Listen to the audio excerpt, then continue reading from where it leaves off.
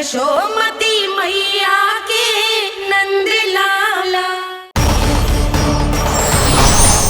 अब यम का पास ही दंड देगा इसे।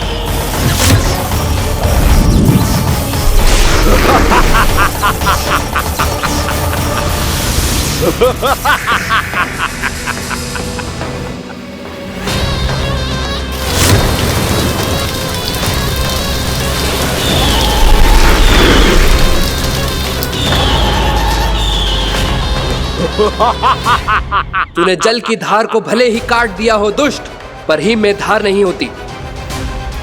अब मेरी हिम शक्ति तुझे जमाकर नष्ट कर देगी।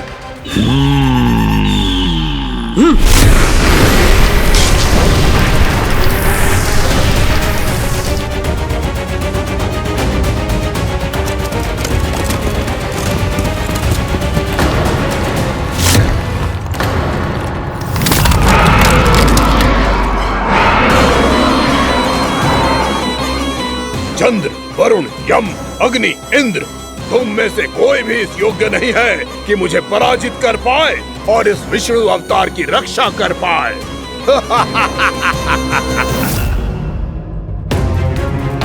इस असुर को तो देवता कुछ ना बिगाड़ पा रहे हैं। अब क्या होगा खाना का? बकासुर, मैं अपनी किरणों की ताप से तुझे छलनी छलनी कर दूंगा।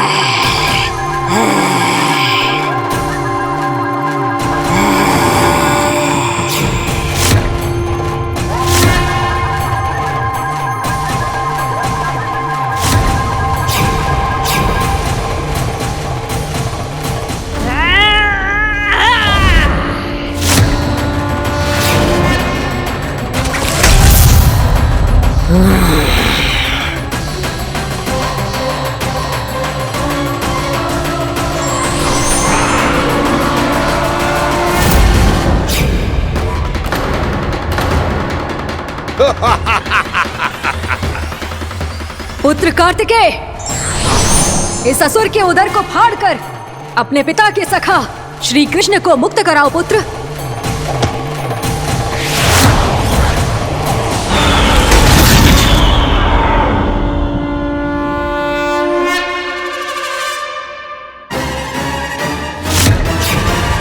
मैंने कहा था, तुम में से कोई भी मेरा बाल भी बांका नहीं कर पाएगा। तुम देवताओं का तो सामर्थ्य ही क्या, स्वयं देवों के देव महादेव भी मेरा कुछ नहीं बिगाड़ पाएंगे। कृष्ण को अपने उदर में ही पचा जाऊंगा मैं।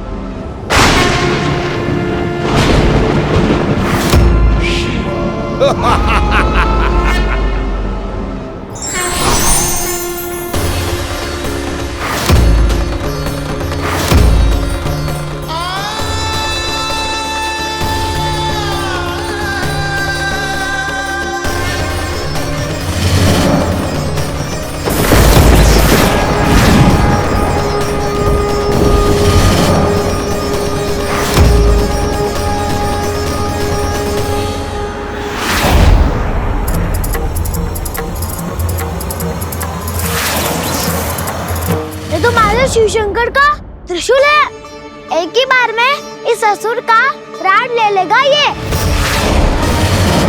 हाँ, महादेव का त्रिशूल।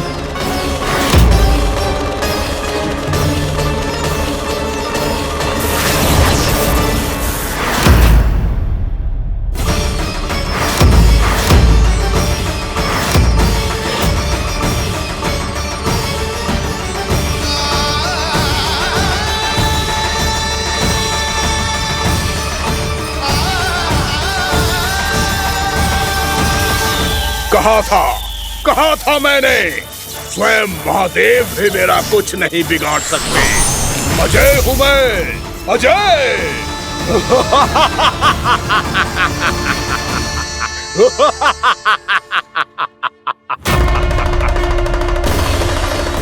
प्रभु, आपके त्रिशूल की महिमा तो अपरंपार है, तो फिर ये ठहर क्यों गया?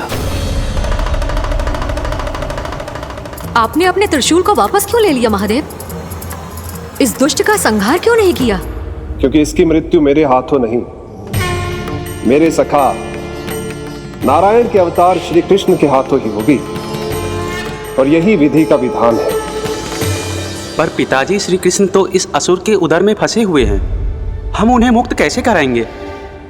ये उन्हें स्वयं ही मुक्त करेगा पुत्र। श्री कृष्ण अपने अपमान से क्रोधित नहीं होते, पर अपने भक्तों का अपमान वो क्षण भर भी सहन नहीं कर पाते।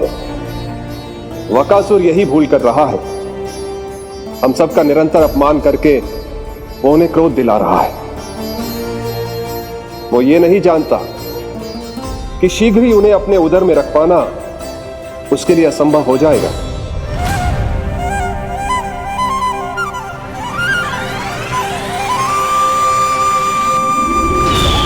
क्या हुआ महादेव? पराजित होकर भी मुस्कुरा रहे हैं।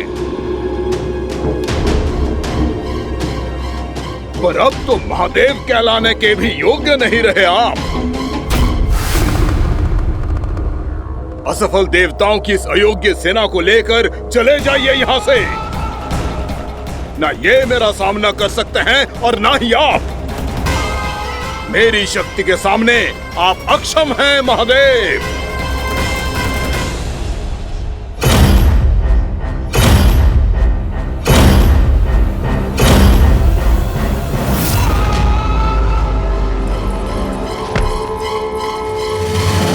सुधा, जिस दुष्ट ने मेरे लल्ला को निगलो है ना, भीतर से जलेगो, छटपटाएगो, पीड़ा से कराएगो। जिस दुष्ट ने मेरे लल्ला को निगलो है ना, भीतर से जलेगो, छटपटाएगो, पीड़ा से कराएगो। ये क्या हो रहा है मुझे?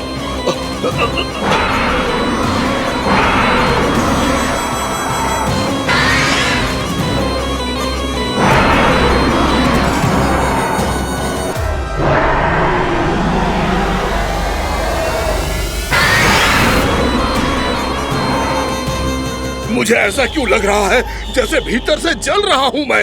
ये क्या हो रहा है मुझे?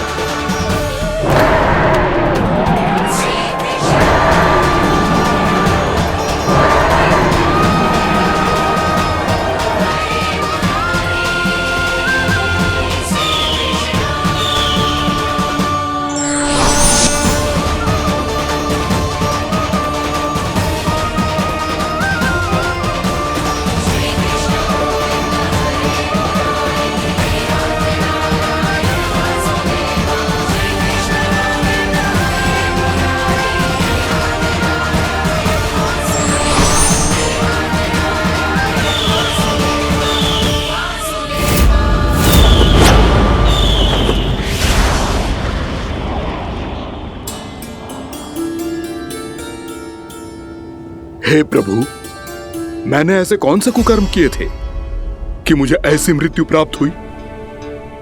और ऐसे कौन से सुकर्म किए थे कि आपके हाथों से मुझे मोक्ष प्राप्त हुआ है प्रभु? सीमित स्मरण करो हे गिरीश की पुत्र वक्कासुर। स्मरण करो, कैसे अपने पिता की तरह अभिमान से भरे हुए थे तुम। स्मरण करो, कैसे हमें पराजित करने के लिए पूरी सृष्टि को संकट में डाल दिया था तुमने, और हमें विवश होकर पराजय स्वीकार करनी पड़ी थी। स्मरण करो, कैसे तुमने देवराज इंद्र का छत्र चुरा लिया था। पर यह सब भी पर्याप्त नहीं था वक्कासुर। तुम्हारे पापों का घड़ा तब भरा था जब तुमने देवी गंगा के जल में साधना करते हुए जजाली मुनि की तपस्या में व्यवधान डाला था।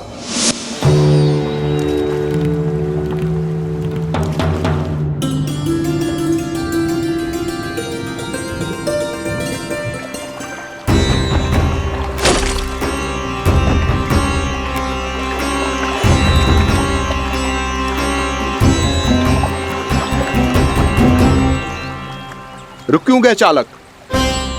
नौका को आगे की ओर ले चलो। आगे बढ़ना उचित नहीं होगा महाराज। यहाँ से कुछ ही दूरी पर जालजली मुनि तपस्या कर रहे हैं। तो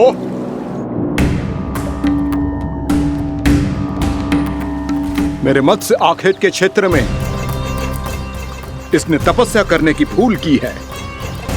मेरे ही राज्य में मेरा कोई क्षेत्र मेरे लिए वर्जित हो, यह मुझे स्वीकार नहीं है। आपने पर्याप्त मत्स्य आखेट कर लिया है महाराज।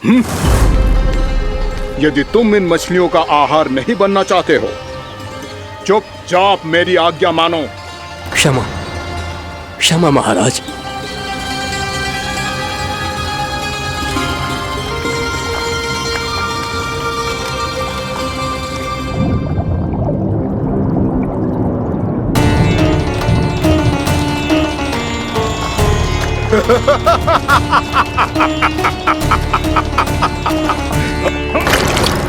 मुनिवर रक्षा कीजिए, रक्षा कीजिए मुनिवर, हमारे प्राण बचाइए मुनिवर, मुनिवर हमारे प्राण बचाइए।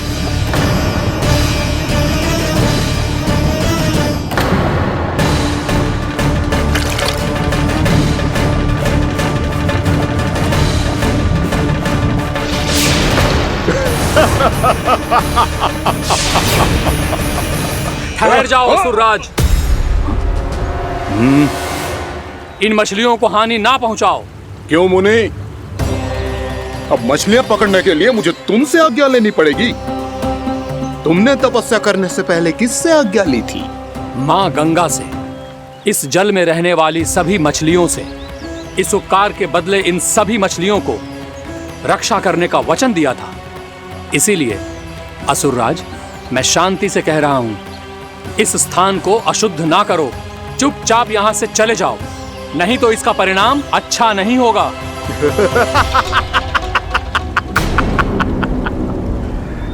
तुम जिन देवताओं की तपस्या कर रहे हो ना मुनि, उन्होंने भी मेरा कुछ नहीं बिगाड़ पाया था, और तुम मुझे धमकी देने का दुस्साहस कर रहे हो।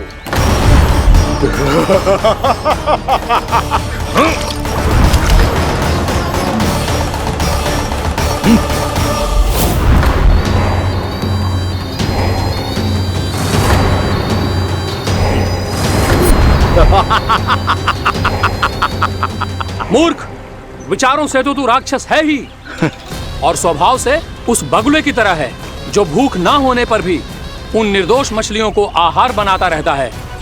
इसलिए अभी इसी क्षण से तू बगुला का जीवन जिएगा। ये मेरा श्राप है, ये मेरा श्राप है।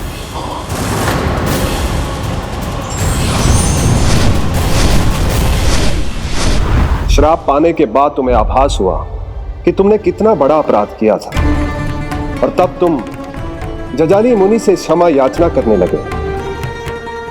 तुम्हारे अपराध बोध को जानकर मुनि श्रेष्ठ शांत हुए और उन्होंने तुम्हें वरदान दिया। श्राप से मुक्ति का एक ही मार्ग होता है असुर, पश्चाताप। तुम्हें अपने भूल का पश्चाताप है, इसीलिए मैं तुम्हें वरदान देता हूं। तुम्हें मेरे श्राप से मुक्ति अवश्य मिलेगी। स्वयं प्रभु श्री नारायण के अवतार इस बगुले के देह के बंधन से तुम्हें मुक्त करेंगे।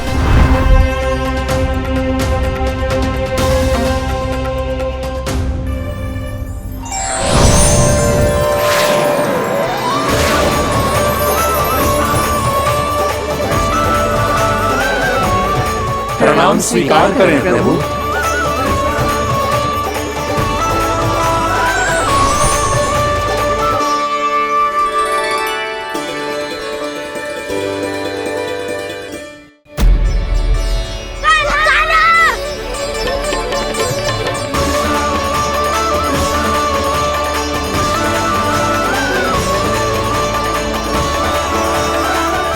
मुझे ना बताओ कि तुम सबने क्या देखा है, चाहे जो देखो है, बस मैया से कछु मत ही बताना। कान्हा!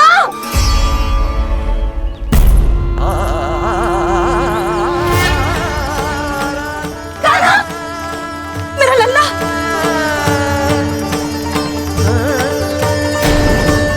भानु बता रहा था तुझे कोई असुर पंछी निकल गया था। हाँ?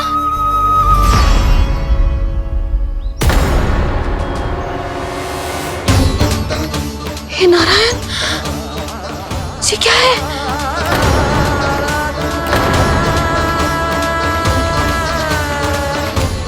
ये सब कैसे हुआ लल्ला? हाँ? कोई बताएगा मुझे ये क्या है?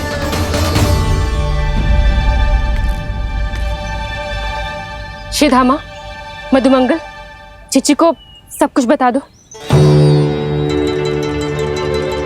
ये असुर पक्षी मुझे निगलने वाला था रानी भाभी, तभी अंतिम क्षण में कान्हा ने आके मुझे बचा लियो। और ये असुर पक्षी ने कही कि यह है वृंदावन का राजकुमार नंदराज का लल्ला, इसके होते कोई भी वृंदावन वासियों को हानि ना पहुंचा सकते। रानी भाभी, कान्हा ने अपने प्राणों की चिंता ना करी और इस क्रूर राक्षस से भिड़ गयो और इस राक्षस पक्षी ने इसे निगल लियो। इतना पर्याप्त है भोला काका, सब कुछ बताने की आवश्यकता नहीं है। ये सब देख के सारी बालक मंडली इतनी व्याकुल हो गई कि सबने अपने प्राण अर्पित कर दिए और इस असुर पक्षी से कहे कि हमें खा लो और हमारे सखा को छोड़ दो। इन बालकों का पराक्रम देख के सभी देवतागण यहाँ आ गए और उनके हृदय भी पिघल गए और उन्होंने इस राक्षस पक्षी से युद्ध करके इसे मार गिराया। देवताओं के राजा इंद्र के वज्र का प्रहार तो मैंने अपनी आंखों से देखा है ताई जी। और फिर उसके बाद अग्निदेव ने अग्निवस्त्र का प्रहार किया। जय ना काकी, वरुण देव, कार्तिकेय, यमदेव सबने मिलके युद्ध किया इस राक्षस से। कहा था अभी मत बोलना, अरे सब मिलके फंसा दोगे मुझे। जय माँ भद्रकाली, हमारे शिव शंकर भी आए थे छोटी माँ। जाओ आप भी। बाबा साईता, मुझे लगता है कि ये कान्हा भी इन्हीं देवताओं में से एक है। संभव तो है जीजी, स्मरण है पूतना और तृणावर्त के आक्रमण के समय भी ऐसा ही हुआ था। सभी राक्षस मारे गए थे पर अपने कान्हा को एक खरोच तक न आई थी। हाँ जीजी, मुझे लगता था कि श्री नारायण की विशेष कृपा है हमारे कान्हा पे, पर अब तो देख के लग रहा है कि हमारा कान्हा ही स्वयं श्री नारायण है।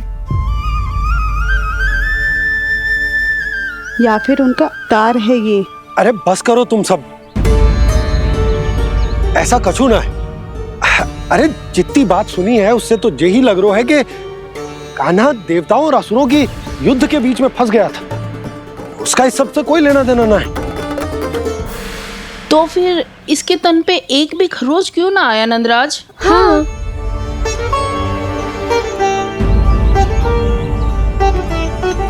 है काकी, खरच तो है। दिखा लल्ला। भैया बात पीड़ा आ रही है, कुछ करो ना। चिकोपी अभी ना अति करती है। श्री नारायण का अवतार हो तो इतनी तनिक सी खरोच पे ऐसे रो तो क्या? बस बहुत होगा, अब तो तुम सबने सीमा ही पार कर दी है। कभी से श्री नारायण बुलाते हो, कभी श्री नारायण का अवतार। तनिक कछु हो ना जाता है कि तुम सब कहानियां बुनने लगती हो। जे बस साधारण सा बालक है, मेरा लल्ला है जे भगवान मती बनाओ।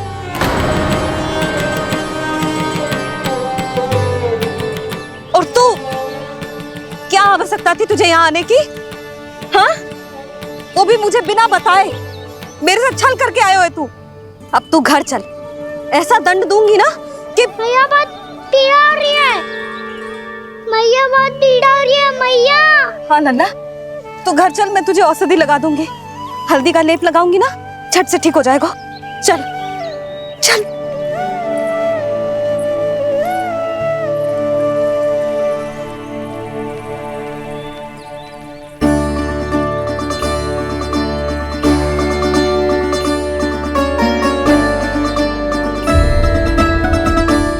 कान्हा के नटखट लीला और मजेदार कारनामे देखने के लिए चैनल को सब्सक्राइब करें और बेल आइकॉन दबाना ना भूलें।